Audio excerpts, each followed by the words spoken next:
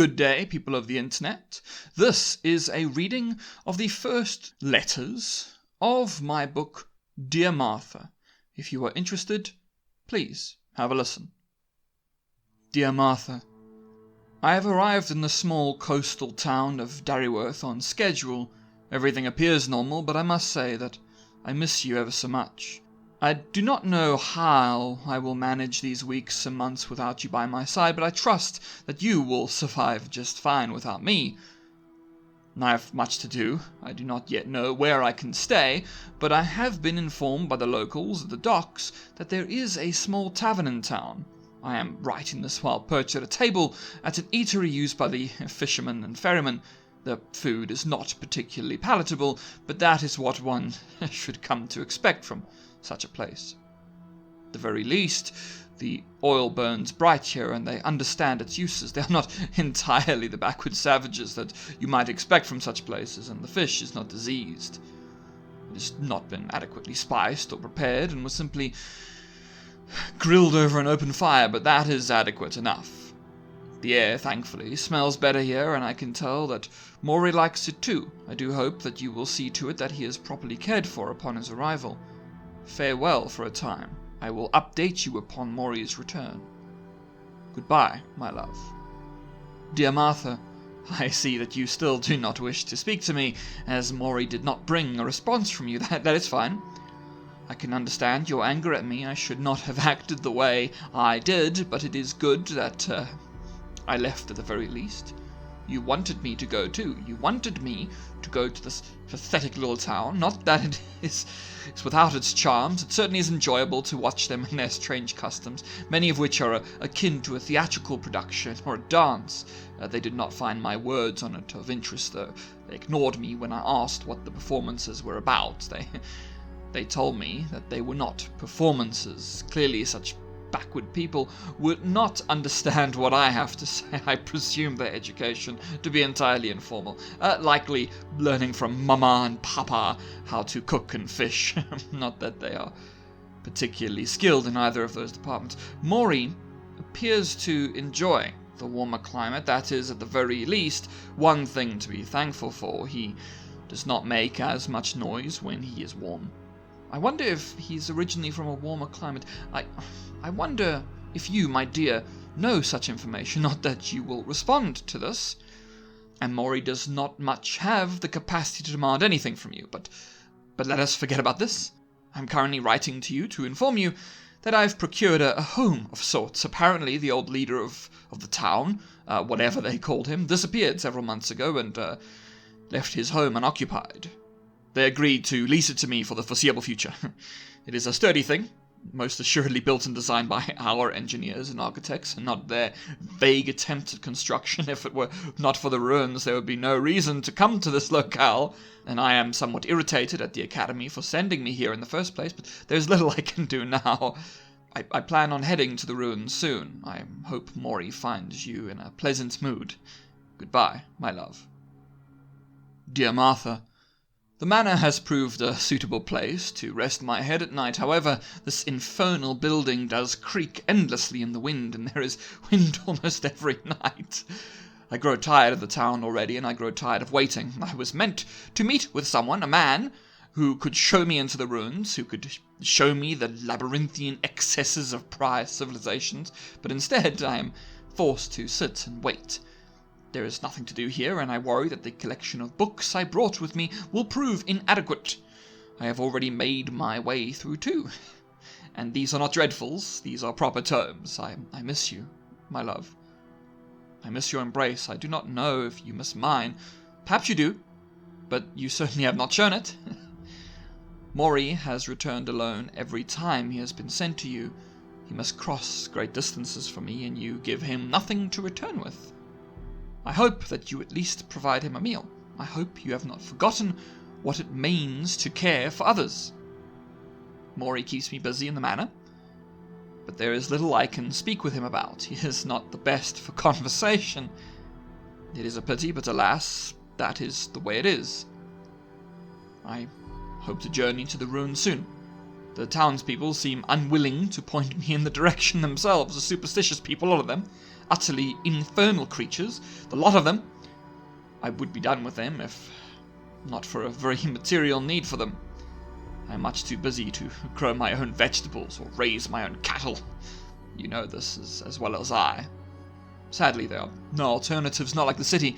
Nothing like the city. I hope you decide to respond. Either way, I will not allow it to end this way. If you do not appreciate that, I must say that I do not care. It cannot end as it did. Goodbye, my love. Dear Martha, I feel it has been far too long since I have written to you, and I'm not entirely certain, as Maury does not say much, as you well know. I've become somewhat enthralled by this manner I find myself in, as the guide has yet to appear, despite the promise that he would be here days ago. I have toiled to keep myself busy. I perused the place. It is a rather large structure, and as it now appears, I should not have been so concerned about the lack of books to read, as I have discovered more. The old rickety manor has surely seen better days, but it has also yielded something of immense interest. I had been curious about why the townspeople were so skittish about this old thing, but it would appear that the previous occupant had different interests to most. I discovered in the basement behind the wine rack a strange lever of sorts, and upon depressing it, I found a secret passage opened in my new home. It led directly to a library beneath even the basement.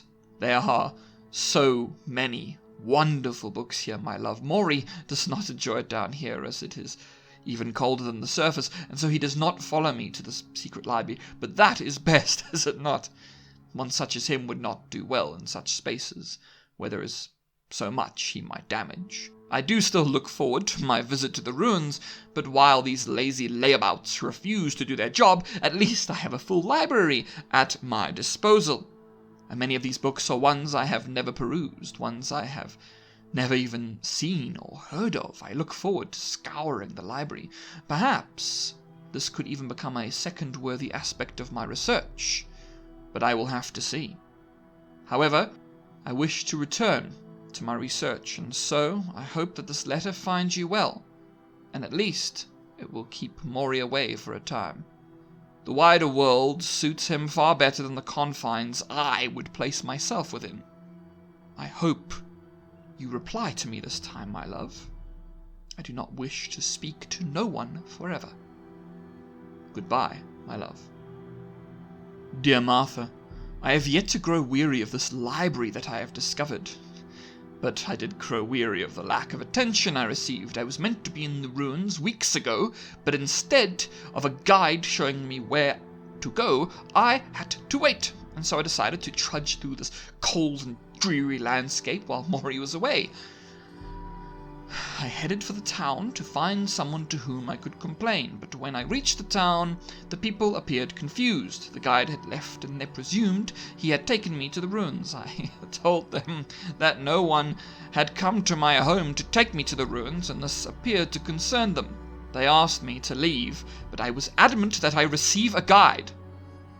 However, they refused to accommodate me in the slightest, the ungrateful cretins. One of them had the absolute gall to fetch me a map. He pointed out the location of the ruins, but what was I to do? Go there on my own? This filthy countryside is filled with forests, rocky hillsides, and even a swamp. How am I to navigate that on my own? Hell, how was I to navigate it before I had lost my guide? I'm not built for such outdoor excursions, but I fear that I must eventually do something. I cannot sit around the manor forever, and so I am contemplating giving it a go. I have no time for the superstitions of these backwater townsfolk. I must reach the ruins and explore what I can before my time here comes to an end. The Academy is, after all, unlikely to keep someone on a permanent research assignment. I have the remainder of this year to do this, my love, and it must be done. I shall update you on my progress as soon as I make any. I hope progress occurs, and I hope that Maury returns soon so I can send this letter. It has been somewhat peaceful without him by my side. Imagine him trudging through all this with me, just to be told that the guide was gone. I think not. Goodbye, my love. Dear Martha, this map I've been given is quite a strange thing. They have apparently not implemented any forms of cartography in the longest time, because this map is woefully incomplete. It does not even contain the manner in which I read it. But at least they did have a map. It is better than nothing, I suppose. I have started to prepare my provisions for the trip because, so far as I can tell, the ruins are some distance from the manor, or at least from where I approximate the manor to be, and so it will take me some time to journey there. I do not know if Mori will be able to find me if I head out into the wilderness without him, so I shall wait for him to return from this latest delivery, and I hope that you will respond too. It would be lovely to read your words again before embarking on this journey of mine. You know that I deplore hiking, and that hiking through this infernal wilderness is the exact opposite of what I would much prefer to do.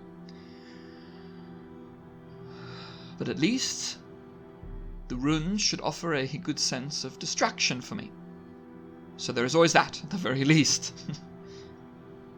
I shall also pack myself enough food to last a week, although the excavation of the ruins should render that unnecessary, or at least I hope so. I will likely only send the next letter once I've arrived at the ruins, for I do not wish for Mori to become lost.